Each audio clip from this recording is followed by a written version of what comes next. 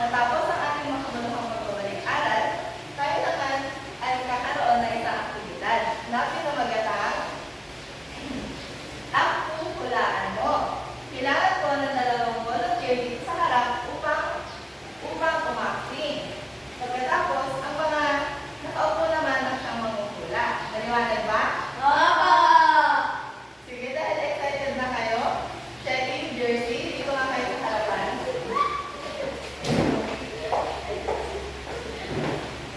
Ang unang kategorya natin ay gawain sa bahay. Pag-usapan niyo natin ang gawain.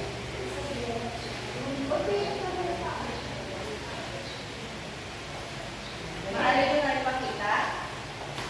Gawain bahay. Ano ang kanilang ginagawa? Naglilinis. Paglalabas o nagbabalis. Tama ba ang kanilang sinagot?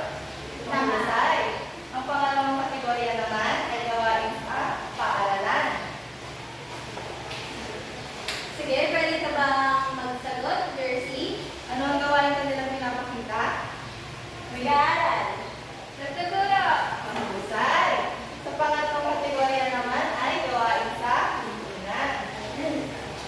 Ilan dami food stop. Ma'am, baka gusto niyo po food stop. Punta na po kayo doon sa office mamaya. Center po. Ano ang kanilang gawain? Namimigay ng staff. Wala na yung pang-susunod. Magbibigay din sila ng pagkain. At para sa panghuling kategorya, gawain kasama ang kaibigan. Uy, friend, dapat mo kayo saan? Yung mura lang. Sunod niyo. Sige, sige. Ano ang gawain na nagdadalaga sa kaibigan na kanilang pinakita? Papasyal. Mahusay. Maraming salamat sa inyong pag-akto. Maaari na kayong maupo. Maraming salamat din sa inyong mga pagsagot. Ngayon, may dalawang katanungan lamang ako. Base sa mga gawain dito sa bahay, paaralan, lipunan, at kaibigan, bakit kaya ito ginagawa? Yes, Jersey?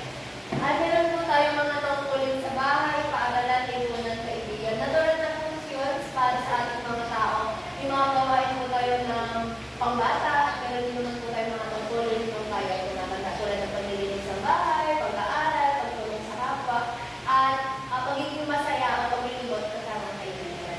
Mahusay, Jersey. Ano naman kaya mangyayari kapag hindi nyo ito ginawa? Sino ang nais sumagot? Sige, Elif. Siyempre po, kapag hindi po namin ginawa yun, katulad sa bahay po, mapapagalitan po ako ng mga magulang lalo na kapag maraming nakakalat sa bahay and then hindi ako magawa ng mga gawain ng bahay. Mahusay, alam mo na iyong panghuling. Dahil ang ating pag-aaralan o tatalakay ngayong araw ay